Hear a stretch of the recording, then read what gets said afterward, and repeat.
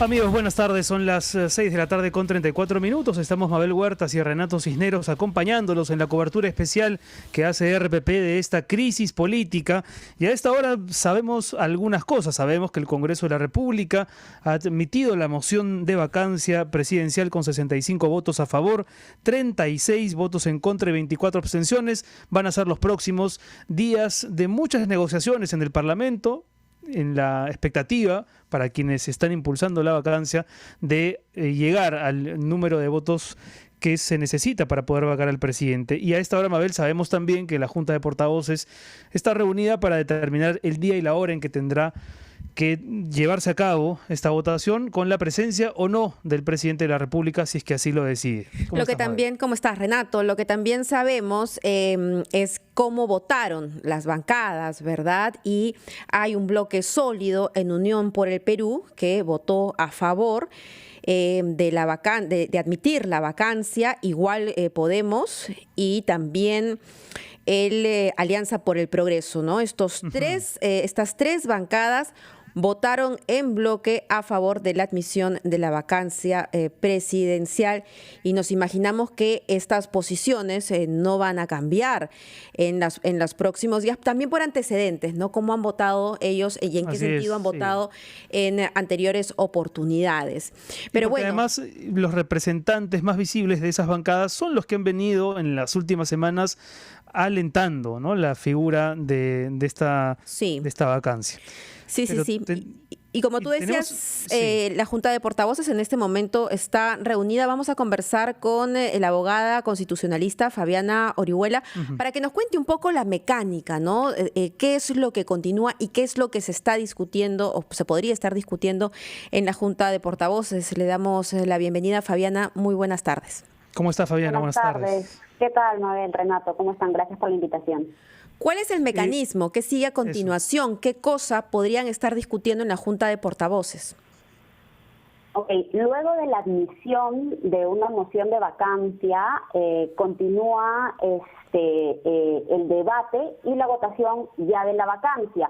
Pero el reglamento del Congreso establece que esto se da no menos de 3 días después de la admisión, ni más de 10 días después, salvo que 104 congresistas acuerden adelantar esa votación, ¿no? Pudiéndolo hacerlo eso que es improbable en un periodo anterior o de inmediato, ¿no?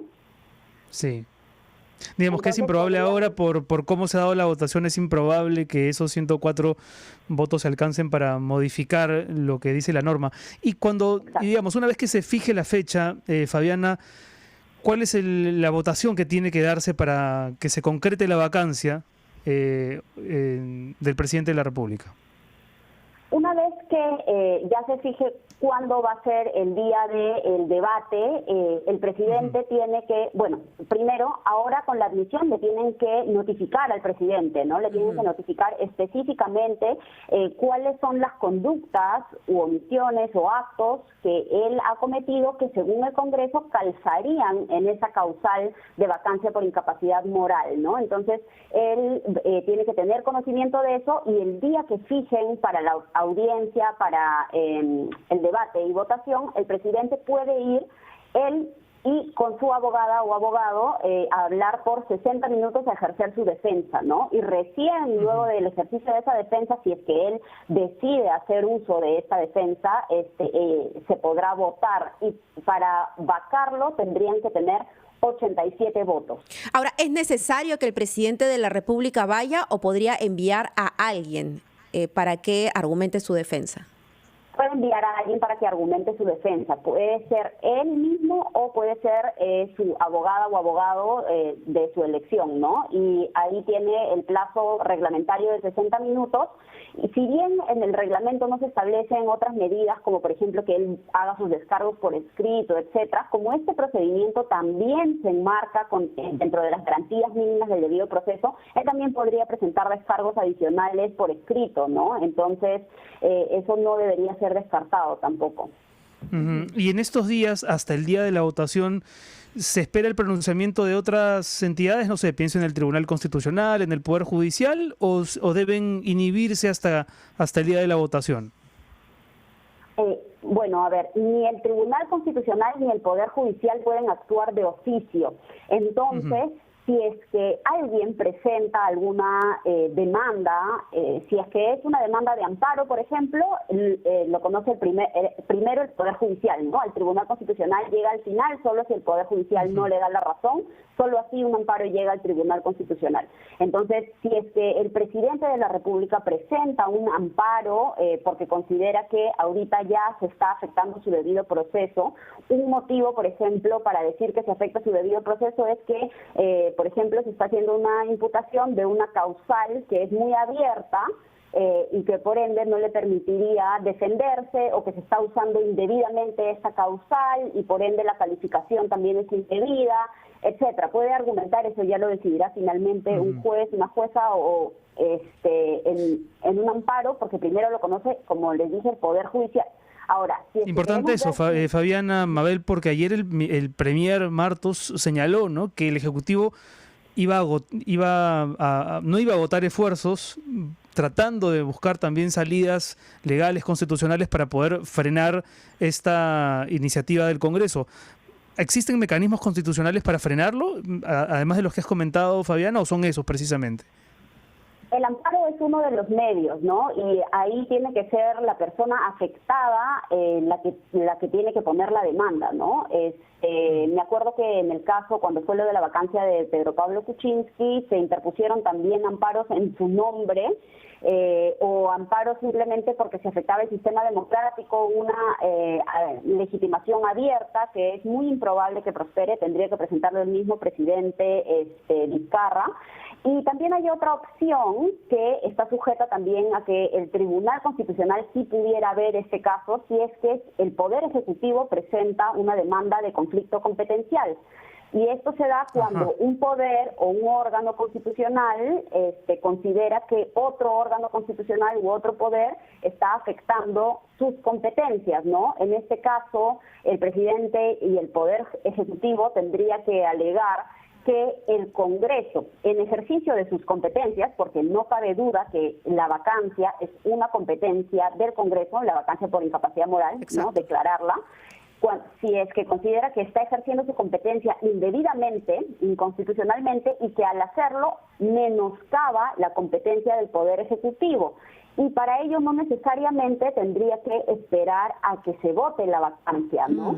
Entonces, pero claro, eso finalmente incluso el tribunal decidiría si es que admite esta demanda de competencia o no, si considera que calza en ese supuesto de menoscabo de competencias, ¿no? ¿Y esto cuánto tiempo tomaría?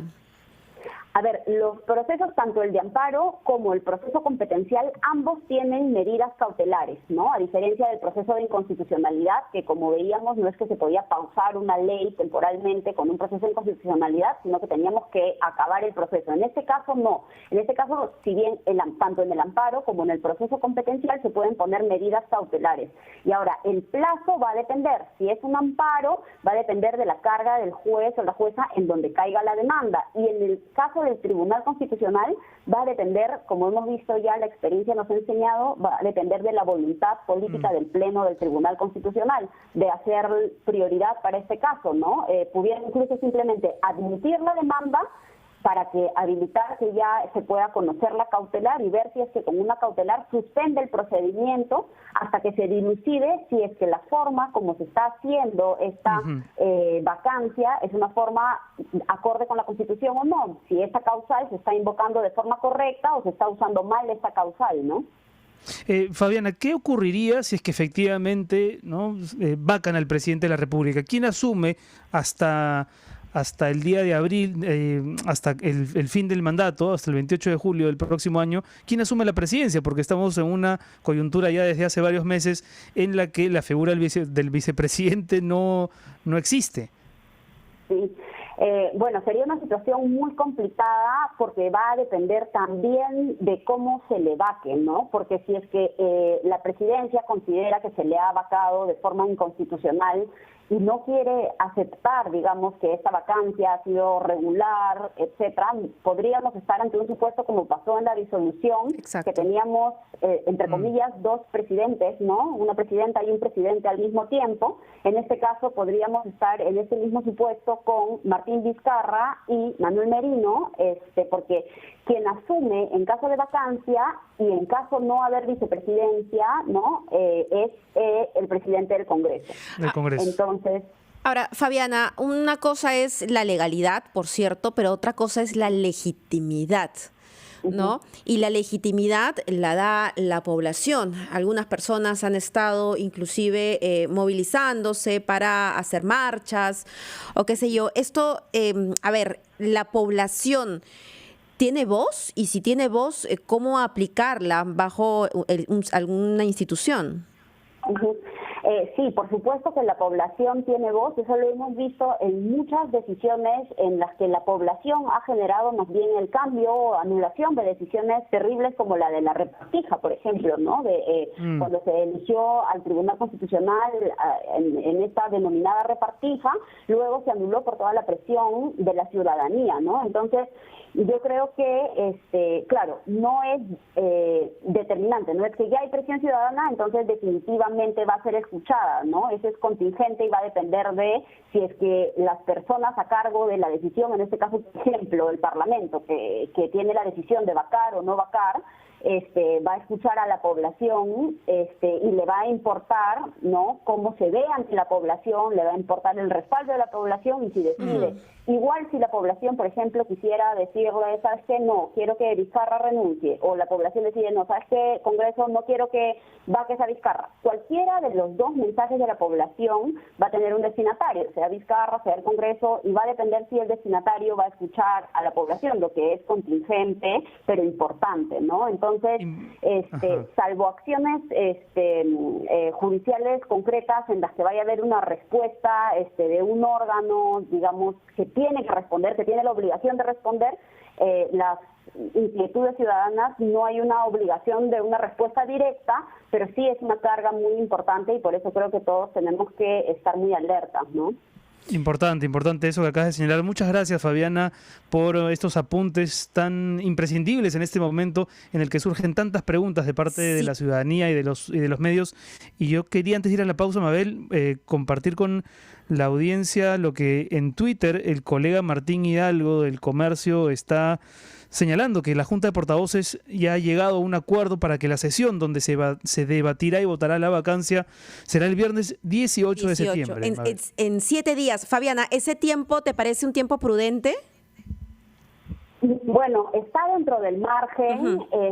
Hubiera, claro, por un tema tan importante como es la vacancia, estaría bueno que sean mientras más días mejor, pero yo creo que sí es un plazo razonable para que el presidente ejerza su defensa. Eso sin perjuicio de igual discutir si es que la sola moción y la sola admisión calzan o no calzan en esta causal, ¿no? Porque eso es un tema previo igual que no necesariamente está claro ni es válido, ¿no? Bien. Ahora, también puede leerse, Fabiana, la fijación de la fecha como buscando suficientes días para poder tratar de convencer a los que hoy se han abstenido de votar a favor, digamos, de parte de quienes no están impulsando la vacancia. Puede ser también una posibilidad. Claro, pero y también, o sea, el tiempo al final va a ser para todas las posturas, ¿no? Porque también le da un plazo razonable para que desde el Poder Ejecutivo también puedan hacer política conversando, ¿no? Dialogando, lo que se necesita siempre y que en verdad se priorice al país. Yo creo que eso es lo más importante ahora. Bien. Y para que la ciudadanía se pronuncie también, ¿no? Muchas gracias a Fabiana Orihuela, constitucionalista.